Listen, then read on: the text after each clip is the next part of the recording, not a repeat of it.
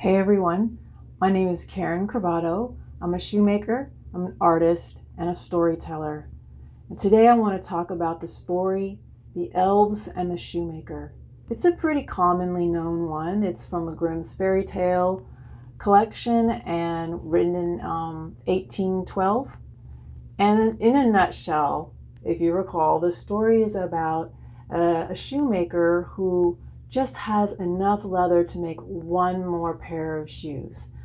And he cuts out the leather pattern pieces, puts them on the table, says his prayers, goes to bed at night, and then wakes up and finds in his workshop a masterful, perfect pair of shoes. And what happens is a buyer comes in, sees they're so well crafted that the buyer pays even more than would have been the normal price. So the shoemaker is starting to make a profit.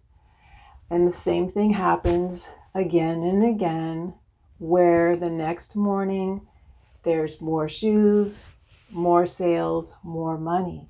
And there becomes a point where the shoemaker, he's becoming financially independent, that he and his wife, they kind of decide that they're going to hide out in their workshop and, see what's going on at night. I mean, there has to be something going on in here for the shoes to just like magically appear. So when they're hiding in the workshop at night, they witness these two elves, they call them naked men, just, working so industriously, and their hands are just flying this way and that way, and they're making the shoes, and they're just so overwhelmed with gratitude that the wife, she says, okay, we've got to give them something back. So she says, I'm going to make them a pair of outfits. And of course, the shoemaker is going to make them some shoes.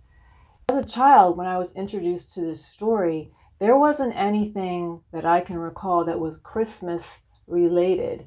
So I just thought it was so fascinating that now, the Elves and the Shoemaker, it's pretty much considered like a Christmas classic to tell kids. And so here we are in the shoe library. I want to go deep. I want to find out what is going on with all of these changes that can happen in a story.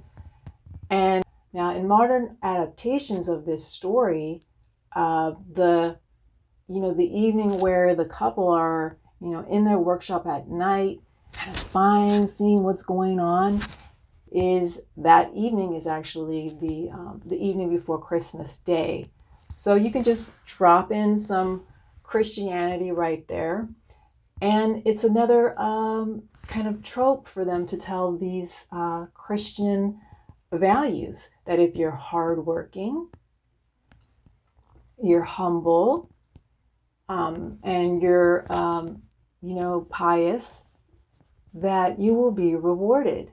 But what I find an interesting contrast, and there's always these juicy little weird, unusual contrasts that come into play, is that in this Christian man's time of need, who comes to save the day but a pair of naked pagans that are master shoemakers?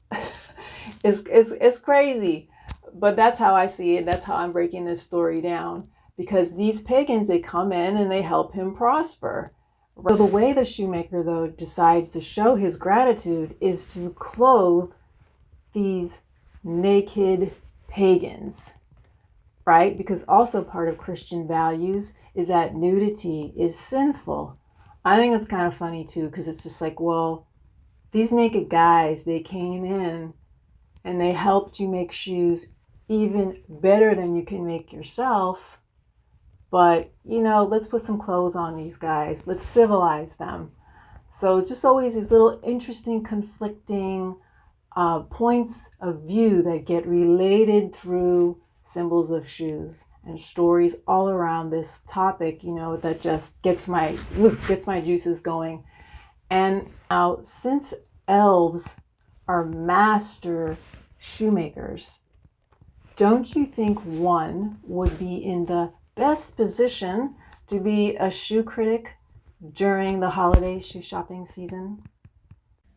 Oh, where am I?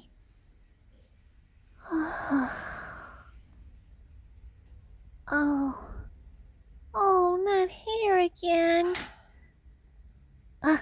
Let me climb this mountainous mayhem of shoes. Let me look around. Look over there. What? Oh no, it's a human. This place is a mess. It's a dump. These shoes are so messy. What are these people doing? Oh, look at that shoe. So ugly. So poorly made. Oh, it's a human. Oh, another one. Oh my gosh, I gotta get out of here. Oh, not another white sneaker. No.